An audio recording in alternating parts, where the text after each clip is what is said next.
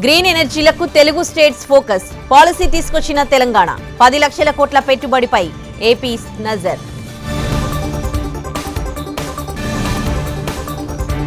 కొత్త ఉస్మానియా హాస్పిటల్ నిర్మాణంపై సీఎం రేవంత్ సమీక్ష.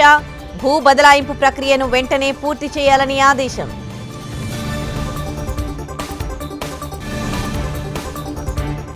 జీపీఎఫ్కు 519, సిపిఎస్కు 300 కోట్లు విడుదల. ఆర్థిక ఇబ్బందులను అధిగమిస్తున్నామన్న ఏపీ సర్కార్. సరదాగా వచ్చారు, జలసమాధయ్యారు. విషాదాన్ని నింపిన కొండపోచమ్మ సాగర్.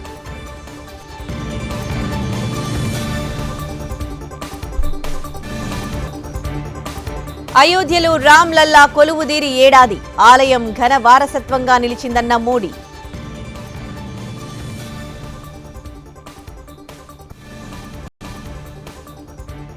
పల్లెబాట పట్టిన పట్నం, కిక్కిరిసిన రైళ్లు, బస్సులు. పండగ సందర్భంగా పెరిగిన ఫ్లైట్ ఛార్జీలు.